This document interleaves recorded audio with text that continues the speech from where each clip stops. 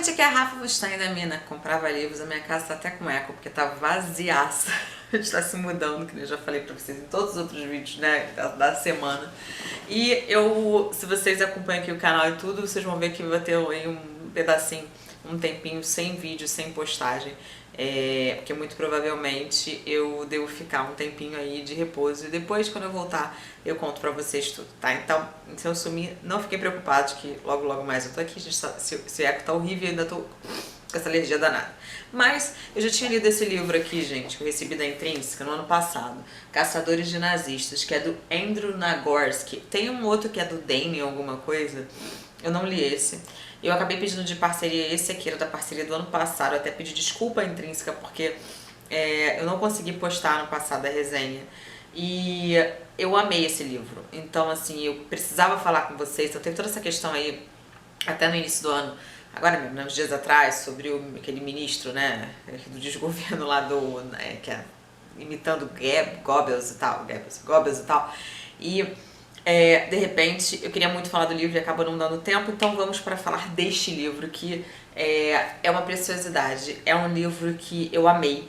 E assim, eu vou tentar não dar super spoilers pra vocês do que acontece, porque eu acho que o bacana é vocês descobrirem.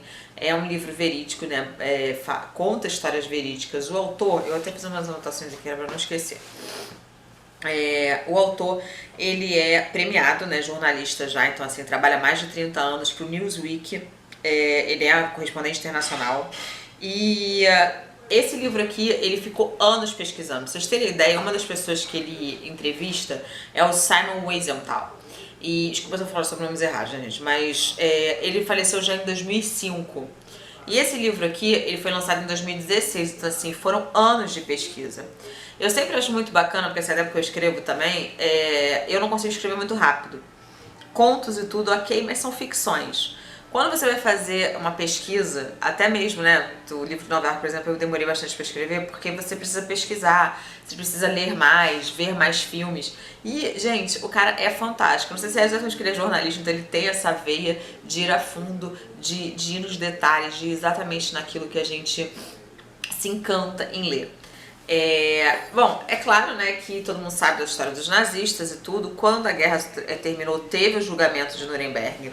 E aí esse julgamento, que durou, sei lá, quanto tempo, mas ele foi um julgamento onde pegou os grandões do nazismo. Então eram grandes nomes. Muitos dos nazistas se mataram, como Hitler e Goebbels, né?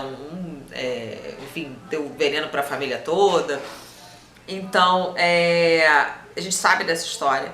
Mas outros, principalmente os menos famosos, eles fugiram. O próprio Mengele foi para a Argentina, né?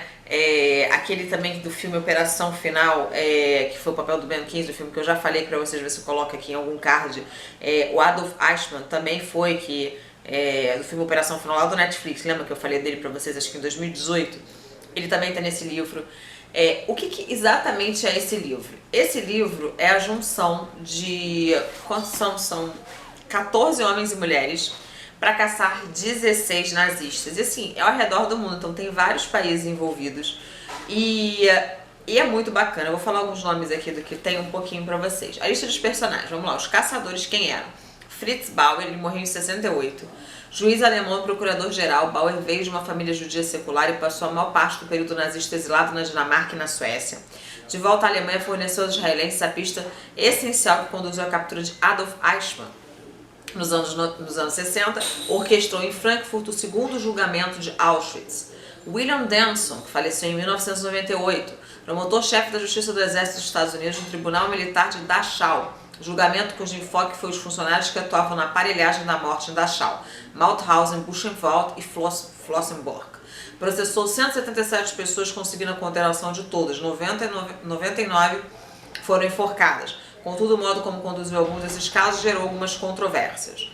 Ralph Eitan, nasceu em 1926, não é como meu avô, não faleceu ainda, agente do Mossad, tá vivo. Comandou o destacamento de operações especiais que sequestrou Adolf Eichmann, perto da casa em Buenos Aires, em 11 de maio de 60. Benjamin Phoenix, nascido em 1920. Phoenix foi promotor-chefe militar da Associated Express, chamou de maior julgamento por assassinato da história, o julgamento de Nuremberg dos comandantes. Ver aqui o resto. Comandantes de. Não sei nem fazer. Einsatzgruppe. Os pelotões especiais cometeram assassinatos em massa de judeus, ciganos e outros inimigos civis na frente oriental antes que a matança fosse transferida para as câmaras de gás. Todos os 22 réus foram condenados. Vou falar mais rapidinho para vocês verem. Tuvia Friedman. Nasceu em 1922, faleceu em 2011, judeu polonês que sobreviveu ao Holocausto. Friedman serviu às forças de segurança do regime comunista polonês. Isser Harel morreu em 2013, chefe do Mossad, que conseguiu organizar a captura de Eichmann em Buenos Aires. Elizabeth Holtman, nascida em 1941, foi eleita pelo Congresso em 73 e democrata do Brooklyn começou a investigar acusações de que muitos criminosos de guerra estariam vivendo tranquilamente nos Estados Unidos. Eles refizeram a vida desde os Estados Unidos e na Europa, em vários países, de boa depois de terem matado um monte de gente, ou seja, né? Beat Clarford, nascido em 39, audaciosa, acima de tudo, Beat era a metade mais exuberante do casal franco-alemão de caçadores de nazistas. O pai serviu na, não sei se é nomes alemães, gente, Wehrmacht, acho que é isso. E ela não sabia praticamente nada sobre o legado do Terceiro Reich antes de ir morar em Paris. Sergei Klarsford, nascido em 35, nascido no seio de uma família judaica romena que se mudou para a França. Seu pai morreu em Auschwitz, o que lhe deu fortes motivos pessoais para documentar. É importante falar também que eles começaram como uma vingança, mas depois eles viram que isso era muito importante para a humanidade, que tivesse justiça. Então isso é bem legal no livro também, ele deixa isso bem claro. Ellie Rosenbaum, nascido em 55, ingressou na diretoria de investigações especiais do Departamento de Justiça norte-americano como estagiário. De 95 a 2010 exerceu o cargo de diretor da instituição. Alan Bryan, nascido em 45, foi diretor da diretoria de investigações especiais do Departamento de Justiça norte-americano de 80 a 83. John Sen, faleceu em 65, juiz de instrução polonês criado em uma família de ascendência alemã, produziu o primeiro relato minucioso da história e da operação de Auschwitz. Simon Wiesenthal, esse é muito famoso, morreu em 2005, nascido numa pequena cidade da Galícia, região histórica situada a oeste da atual Ucrânia. Simon sobreviveu a Mauthausen e outras provações e se tornou o mais famoso dos caçadores de nazistas, trabalhando em seu centro de documentação em Viena. Apesar de ter recebido amplo crédito por localizar vários criminosos nazistas importantes, Wiesenthal foi alvo de críticas por valorizar demais o próprio papel nas prisões, particularmente na caçada Eichmann. Também entrou em divergência com o Congresso Judaico Mundial durante a controvérsia sobre Kurt Waldman. Ephraim Zuroff, nascido em 48, fundador e diretor da filial do centro Simon Wiesenthal, em Jerusalém. Zuroff nasceu no Brooklyn e se estabeleceu em Israel em 1970. Os caçados: Klaus Barbie, que morreu em 91, conhecido como açougueiro de Lyon, o ex-chefe da Gestapo, Gestapo era a polícia, né, do nazismo, daquela cidade francesa, foi responsável por milhares de mortes, tendo torturado pessoalmente inúmeras pessoas. Martin Bormann, morreu em 45, secretário particular de Hitler, nossa, secretário do diabo, e chefe da chancelaria do partido nazista. Hermine Braunstein, morreu em 99, guarda nos campos de concentração em Majdanek e Ravensbrück, onde era conhecida como kobia, a palavra polonesa para égua, por causa do hábito perverso de chutar as prisioneiras. Nossa, era uma mulher essa coisa. Herbert Kukus, em 1965, célebre aviador letão antes da Segunda Guerra Mundial, onde a ocupação alemã ficou conhecido como Carrasco de Riga, e foi responsável pela morte de cerca de 30 mil judeus. Depois da guerra, estabeleceu-se em São Paulo, no Brasil, onde pilotava um avião próprio e gerenciava uma marina. Atraído para Montevidéu, Uruguai, foi morto por agentes de Mossad em 65. John Demjanjuk. Nos anos 70 até a sua morte, Demjanjuk foi o centro de uma das batalhas judiciais mais complexas dos pós-guerra, travada nos Estados Unidos, em Israel e na Alemanha, aposentado na indústria automobilística em Cleveland. Adolf Eichmann, morreu em 1962. Esse eu já falei bastante sobre ele, que morreu em Buenos Aires. Aribert Heim, apelidado de Doutor Morte. Rudolf Rose, morreu em 47. Ilse Koch, em 67. Viúva do primeiro comandante de Buchenwald, foi apelidada de Cadela de Buchenwald. Eita. Kurt Lischke, em 89. Herbert Hagen, em 99. Ernest Harschler, não sei falar esse nome, em 94. Todos esses eram da SS. Joseph Mengele, o médico da SS em Auschwitz, conhecido como Anjo da Morte, tornou-se infame devido aos experimentos realizados com gêmeos e outros prisioneiros no campo. Morreu afogado em uma praia brasileira em 79, mas seus parentes guardaram segredo sobre o fato até a descoberta dos restos mortais em 85. Eric Priebke, em 2013, ex-capitão da SS. Otto Hemmer, 97, peça-chave nas ações que se seguiram a tentativa frustrada de assassinato de Hitler em 44. O Major Hemmer, comandante do batalhão de guardas de Berlim, preparado para executar as ordens dos conspiradores. Arthur Rudolph, em 96, parte da equipe de cientistas alemães especializados em foguete que foi levado aos Estados Unidos depois da Segunda Guerra Mundial, ele desenvolveu o Saturno V. Kurt Waldheim morreu em 2007. O antigo secretário-geral das Nações Unidas apareceu como candidato favorito às eleições presidenciais austríacas de 96. Novas provas indicaram que ele tinha ocultado um capítulo significativo de suas ações durante a guerra, o serviço nos Balcãs como oficial do Estado-Maior do Gênero LOR, posteriormente julgado e enfocado na Iugoslávia como criminoso de guerra.